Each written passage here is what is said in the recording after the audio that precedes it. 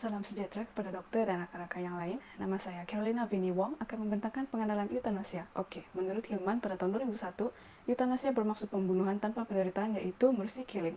Eutanasia merupakan tindakan untuk mematikan seseorang yang mengalami suatu penyakit yang kronik dan mempunyai harapan yang tipis untuk sembuh. Oleh itu, eutanasia dibagikan kepada beberapa kategori, yaitu eutanasia aktif atau agresif, eutanasia pasif, voluntary euthanasia, non-voluntary euthanasia, dan involuntary euthanasia. Pertama sekali yaitu euthanasia aktif atau agresif merupakan tindakan yang hanya dilakukan oleh dokter pakar karena mereka akan memberikan suatu bahan kimia yang aktif seperti tablet cyanida atau memberi obat secara berlebihan ataupun melalui suntikan ke dalam tubuh badan manusia. Seterusnya ialah eutanasia pasif merupakan tindakan yang diambil oleh dokter pakar hospital untuk memberhentikan langkah-langkah atau alat yang sepatutnya secara sengaja untuk mengakhiri hidup pesakit. Selain itu, eutanasia voluntary merupakan individu yang secara sukarela untuk mempercepatkan kematiannya berdasarkan permintaannya, sama ada secara lisan ataupun bertulis. Eutanasia non-voluntary merupakan individu dalam keadaan koma yang mempercepatkan kematiannya tanpa permintaan atau wasiat supaya dipercepatkan kematiannya. Akhir sekali, involuntary merupakan pesakit yang meminta percepatkan kematiannya tanpa permintaan yang jelas. Sekian itu saja daripada saya. Terima kasih. Seterusnya akan dibentangkan oleh ahli kumpulan saya yang lain. Assalamualaikum warahmatullahi wabarakatuh dan salam sejahtera saya ucapkan. Saya Umi Afifah binti Roslan bernomor metrik BE 201104119.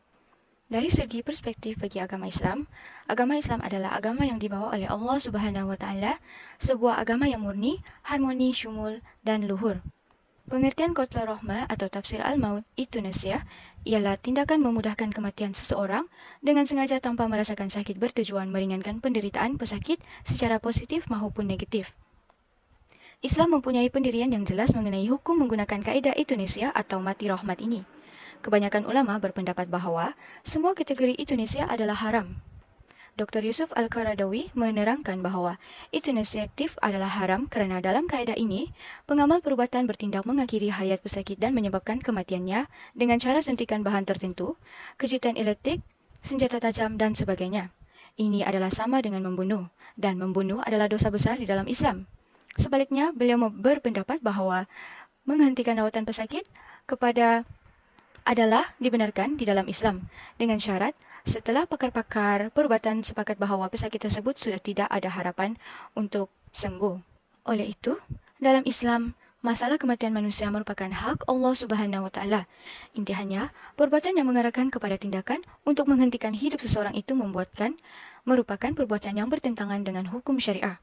Allah Subhanahu wa taala melarang perbuatan yang mengarah kepada kematian dalam apa cara sekalipun, baik terhadap diri sendiri maupun terhadap orang lain, termasuklah perihal euthanasia, kerana tindakan pembunuhan secara euthanasia ini merupakan pembunuhan tanpa hak. Allah Subhanahu wa taala adalah pemilik dan pemberi kehidupan kepada manusia, maka dialah yang berhak memberi atau mengambil nyawa manusia. Saya Stanley Lasong akan meneruskan pembentangan dalam isu mercy killing ini dalam pandangan ajaran Kristen. Kitab ajaran Kristen sememangnya tidak membicarakan tentang mercy killing, tetapi dalam ajaran Kristen kerap menyentuh tentang unsur-unsur yang berkaitan dengan mercy killing ini. Sesetengah ajaran yang ada dalam kitab Kristen mempunyai fakta-fakta yang berkaitan dengan perlakuan mercy killing ini.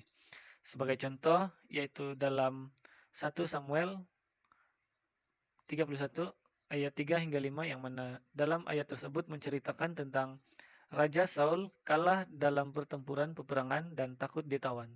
Beliau menyuruh pembawa perisainya supaya membunuhnya, tetapi pembawa perisainya itu enggan. Akhirnya Saul dan pembawa perisainya sama-sama membunuh diri. Agama Kristen menekankan kepada kepercayaan sepenuhnya kepada Tuhan. Lazimnya kes-kes mercy killing ini. Jelaslah bahawa perbuatan mercy killing dalam agama Kristen amat bertentangan dengan ajaran-ajaran dalam kitab. Agama Kristen secara keseluruhannya menentang penuh terhadap mercy killing dan sebarang perbuatan mengambil nyawa diri atau orang lain. Kristen mempercayai bahawa semua manusia adalah pemberian Tuhan dan ianya adalah maha suci. Perbuatan mercy killing adalah sama seperti perbuatan membunuh diri, yang mana mereka akan menamatkan riwayat mereka dengan sengaja. Ianya amat menentang akan perintah Tuhan kerana bagi Kristen hanya Tuhan mempunyai kuasa untuk menentukan hidup dan mati seseorang itu. Sekian dari saya. Isu eutanasia dari perspektif agama Hindu. Mengikut perspektif agama Hindu, isu eutanasia adalah berdasarkan ajaran karma, moksha, dan ahimsa. Karma didefinisikan sebagai suatu perkara murni dari semua jenis perbuatan dan tindakan yang baik maupun buruk. Moksha pula ialah satu matlamat akhir hidup bagi penganut Hindu, yaitu pembebasan daripada kitaran kematian dan kelahiran semula. Manakala ahimsa pula merupakan prinsip anti keganasan atau prinsip tanpa kekerasan terhadap mana-mana pihak. Penganut agama Hindu mempercayai bahwa semua hidup adalah suci dan mereka tidak bersetuju dengan eutanasia.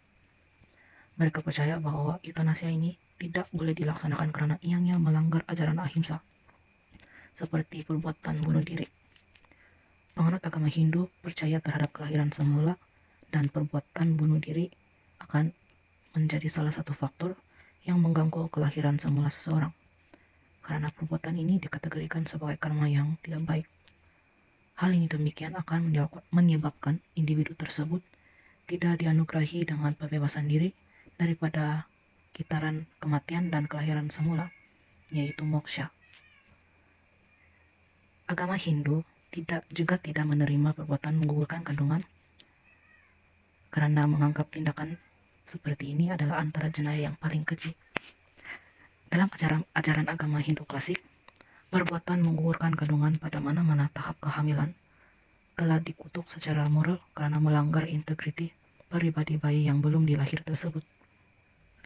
Namun begitu, penganut Hindu modern kini dibenarkan melakukan pengguguran kandungan yang tertakluk dalam undang-undang yang telah ditetapkan mengikut keadaan tertentu. Agama Hindu juga menerima suatu cara di mana seorang individu memilih untuk mengakhirkan kehidupannya, yaitu proses prayopavesa. Proses ini amat berbeza dengan perbuatan bunuh diri. Proses prayopavesa adalah sebuah proses bertahap di mana masyarakat beragama Hindu akan memberikan waktu bagi individu tersebut untuk memperbaiki dirinya. Proses ini hanya dilakukan bagi individu yang tidak ada lagi mempunyai hasrat dalam hidupnya. Proses ini terdapat syarat-syarat tertentu. Antaranya ialah individu tersebut berada dalam keadaan ketidakmampuan untuk melakukan pembersihan diri secara semula jadi, atau individu tersebut telah dekat dengan kematian, atau suatu situasi yang tidak menjamin kebahagiaan hidup. Keputusan untuk melakukan prayopavesa akan dipublikasikan secara umum dan tidak akan harus dilakukan di bawah pantauan masyarakat beragama Hindu. Salam sejahtera kepada dokter dan rekan-rekan sekalian. Nama saya Lydia Anna Antoni dan saya akan membentangkan tentang eutanasia dari perspektif agama Buddha. Tidak dinafikan bahwa isu eutanasia ini juga mendapat perhatian dari sudut pandang agama Buddha. Ajaran agama Buddha berpandukan 5 dasar moral, yaitu menghindari pembunuhan, menghindari pengambilan sesuatu yang tidak diberikan, menghindari perbuatan zina, berbohong, dan mengambil minuman keras. 5 dasar moral ini perlu dipatuhi demi kesejahteraan masyarakat dan penganut Buddha sendiri. Isu ini sama sekali bertentangan dengan ajaran agama Buddha yang menyuruh penganutnya untuk menjauhi pembunuhan atau perbuatan yang berkaitan dengan perkara tersebut. Agama Buddha melarang perbuatan atau perintah bunuh diri, malah perbuatan yang memuji tentang keindahan kematian atau sengaja untuk meracuni fikiran tentang bagaimana keadaan sesebuah kematian turut dilarang sama sekali. Buddha mempercayai karma berlaku dalam kehidupan, oleh itu pentingnya mempersiapkan diri dengan teliti untuk saat kematian, yang juga akan menentukan kelahiran seterusnya. Penganut agama Buddha di Jepun misalnya sudah mempunyai teori mereka sendiri terhadap kematian seseorang dan kaitannya dengan kehidupan yang akan datang. Mereka sangat mementingkan bagaimana seseorang itu meninggalkan dunia ini. Penganut agama Buddha di Jepun percaya tentang kelahiran semula ke dunia. Oleh itu, jalan untuk melakukan eutanasia atau mahu bunuh diri adalah dilarang dan dikutuk karena tindakan ini sangat tidak sesuai untuk dilakukan oleh seorang manusia. Bahkan orang yang dahulunya mempunyai karma yang baik akan dilahirkan dalam situasi yang buruk dan begitu pula sebaliknya. Orang yang mempunyai karma buruk kadang-kala dilahirkan dalam keadaan yang sangat baik dan menyenangkan. Semua ini menurut Buddha adalah bergantung dengan pemikiran seseorang semasa di ambang kematian. Secara keseluruhannya, ajaran agama Buddha melarang penganutnya untuk melakukan eutanasia, tetapi Buddha juga melarang penganutnya untuk menidakkan kematian dan berusaha untuk hidup sehingga membebankan orang di sekelilingnya. Assalamualaikum warahmatullahi wabarakatuh dan salam sejahtera. Nama saya Nurdiana binti Laja. Saya akan membentangkan isu eutanasia ataupun mercy killing daripada perspektif falsafah moral. Falsafah berasal daripada perkataan Yunani iaitu filosofia, adalah usaha berfikir secara berterusan dengan kritis, logik dan analisis untuk menyelesaikan sesuatu permasalahan. Manakala moral berasal daripada perkataan Greek iaitu mores, adalah satu set moral yang menetapkan etika baik dan buruknya yang telah menjadi ukuran dalam norma masyarakat.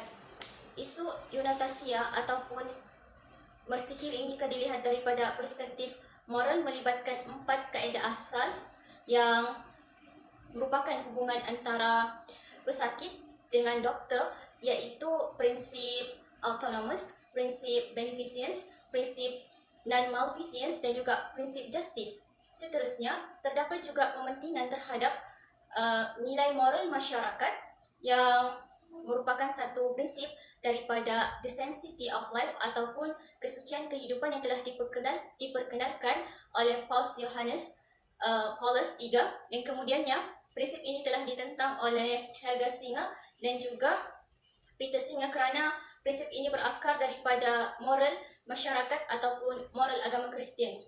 Seterusnya, terdapat juga perspektif falsafah moral yang dilihat daripada fahaman pengikut utilitarianisme yang mengatakan bahawa eutanasia ataupun mercy killing ini adalah benar dan betul daripada segi moral kerana mereka menghujahkan ataupun memberikan hujah kebahagiaan atas ketidakbahagiaan, yang di mana kebahagiaan atas ketidakbahagiaan ini adalah satu tindakan yang akan dilakukan oleh pesakit-pesakit kronik yang tiada harapan untuk meneruskan kehidupan. Secara tuntasnya, isu eutanasia ataupun mercy killing dalam perspektif falsafah moral telah mewujudkan percanggahan pendapat antara sarjana yang akhirnya ada yang mengatakan bahawa isu eutanasia ataupun mercy killing ini dilihat benar dan juga sebaliknya. Negara Malaysia sebagai sebuah negara yang mengamalkan prinsip rukun negara, iaitu kepercayaan kepada Tuhan dan kesopanan dan kesusilaan, memungkinkan untuk tidak menerima isu ataupun tidak menerima eutanasia dan mercy killing dalam bidang perubatan. Sekian sahaja daripada saya.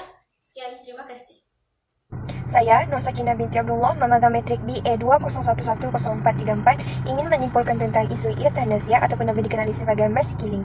Kesimpulannya, menurut beberapa pandangan agama, di dalam isu eutanasia ini terdapatnya beberapa agama yang membantah dan juga beberapa agama yang menyokong tentang penggunaan kaedah ini. Antara agama yang membantah penggunaan kaedah ini adalah agama Islam, Kristian dan juga Buddha. Ini kerana mereka beranggapan bahawa penggunaan kaedah ini adalah bertentangan dengan hukum yang telah ditetapkan di dalam agama mereka. Sebagai contoh, agama Islam.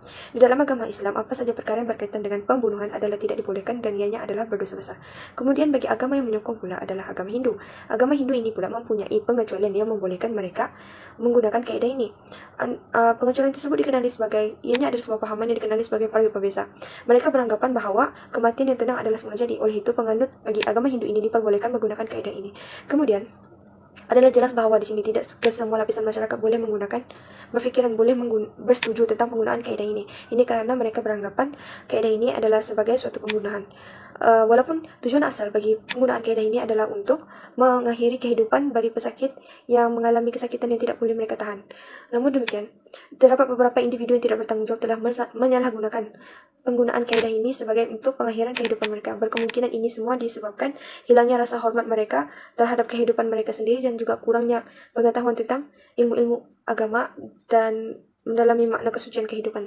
Oleh itu, kita sebagai manusia hendaklah bijak dalam membuat keputusan dan berfikir terdahulu dan membuat beberapa analisis agar tidak menyesal di kemudian hari dan sebelum kita menggunakan kaedah ini. Sekian, terima kasih.